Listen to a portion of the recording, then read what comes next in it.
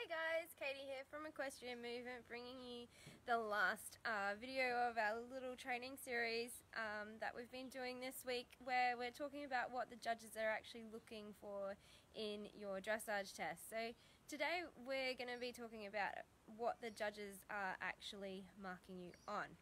So when you go out and do your first dressage test, or it might not be your first, just out to compete, the judges are looking for the application of the training scale. So how well are you practicing and implementing the training scale at home to enhance your horse's physical development, their training, behavioural things, all of that kind of stuff.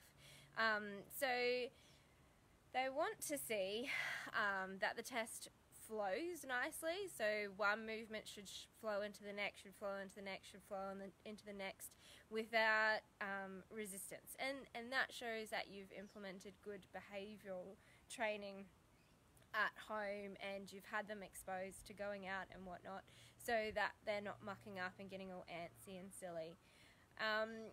The next thing that they are looking for is the accuracy of your test. So this is where what we cover in our workshop on the weekend is really important, where we actually break down the diameters of the movement so that you know exactly where you need to be in the test to show that you know where you're going and that you're riding accurately. So if you can ride an accurate test without any behavioural issues, you should get at least 50 to 60%. This shows that you've put enough training in at home to be able to navigate the movements in the arena without your horse being silly. Obviously the first few times you go out this might not be achieved, and then it depends on the level of competition that you're going at. So if you're competing official, then they would expect a higher standard than say if you're doing an associate day. So an associate day you're allowed to work with not quite as nice of a frame. So the next thing that they're looking for is your rhythm and tempo. And the rhythm and tempo should be consistent and fluid throughout the test. It shouldn't hurry, but it should still be active. The next thing that they're looking for is connection and working frame, the consistency of your frame throughout the test, and that you can ride your horse with bend. So when we start to get consistency in our working frame, connection and bend, we should be starting to see our marks get up to 60% to 65%. This shows that we are implementing our training scale well, that our horse understands how to work with self-carriage, connection, knows how to maintain that through transitions and onto the movements and whatnot. We can start pushing those marks up a little bit when our horses start working with throughness and swing. So swing means that their hips do a little swaying movement, which looks really pretty, and that they're not pulling with the forehand, but that they're extending out through the shoulder. Lastly on our list is impulsion. So once we start working with impulsion, we can see our marks get up to the 70%, maybe pushing the 80% depending on the quality of the horse and then also the level of competition that you are at. So when you are out at a dressage test and you get your results back and you see more forward, more frame, more bend, more, and you're like, oh, I thought I had such good forward action, or oh, I thought my frame was great, or oh, I wish, like I thought I've been working so hard on bend, the bend should be getting better than that. Hey Jane, how you going? The thing is that if you could do more, you wouldn't be in prelim anymore. You would be in novice, and then they would be wanting more of something else. They would want more impulsion, deeper frame, more cross, squarer halt, whatever it is. They always are pushing for and wanting more, because we can never be perfect. And so when you are in prelim, the foundations of prelim are rhythm and tempo, making your horse be in front of your leg, keeping them into contact so that they're not rushing. And so when you're getting more forward, that's you needing to know more about how to keep the horse in front of your leg without creating rush, how to develop powerful forwardness in your rhythm and tempo.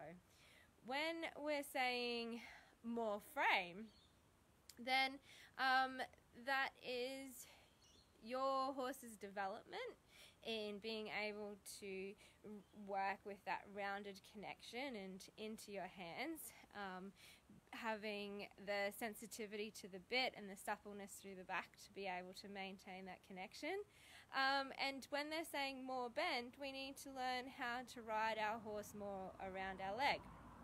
And so one of the things that I was talking to one of my students about last night is that when you go out and do your prelim test, you have such a wide variance of people that you're competing against. You're competing against people who are out there for the first time. You're competing against people who are out there, they've been competing all their lives, but they might be taking their horse out for the first time. And then you're going to be out competing against professionals that are just exposing their horses to the competition scene without them kind of frazzling and being silly. So all of those people bring a different set of skills to that same competition. The first person going to their first dressage test is not going to nail the dressage test. They just need to stay on the horse, stay in the arena, and start to learn how to navigate the movements and to navigate the stress of the day, really.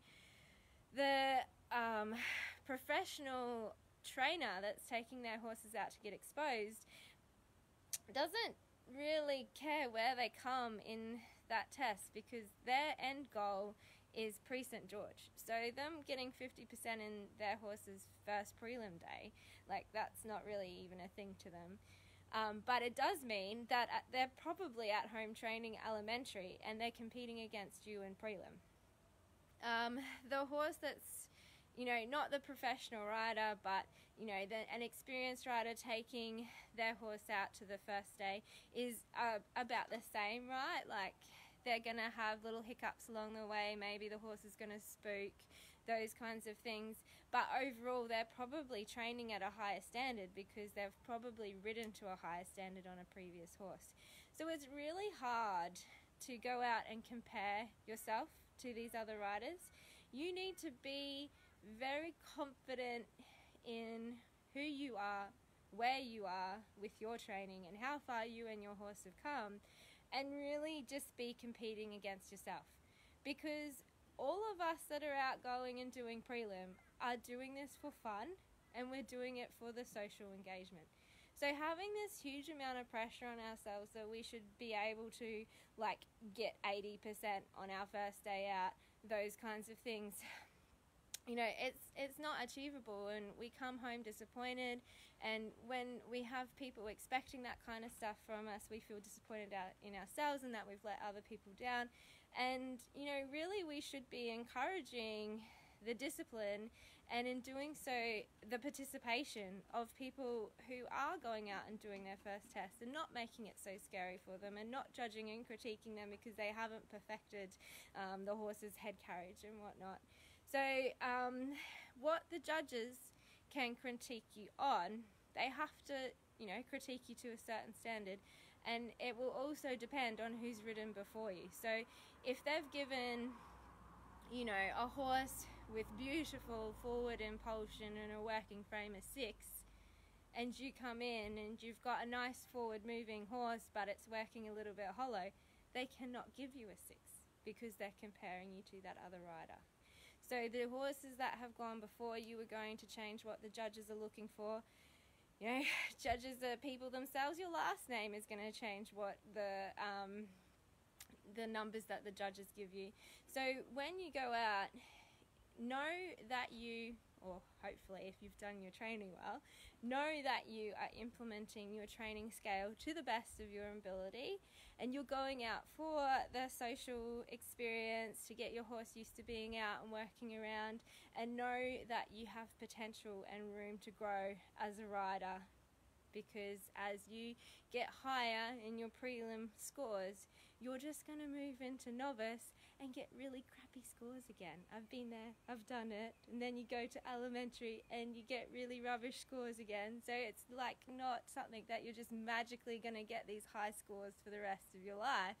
You're going to have your ups and downs as you learn what quality is expected of you and your horse for each level.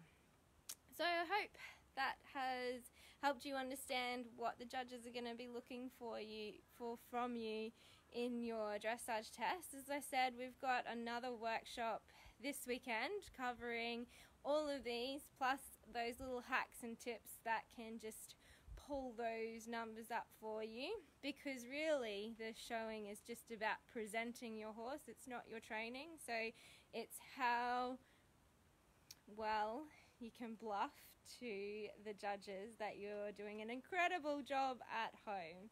And so I want to share all of those little tricks with you. We would love to see you this weekend if you can make it. The link is in the post. Talk to you next time. Bye.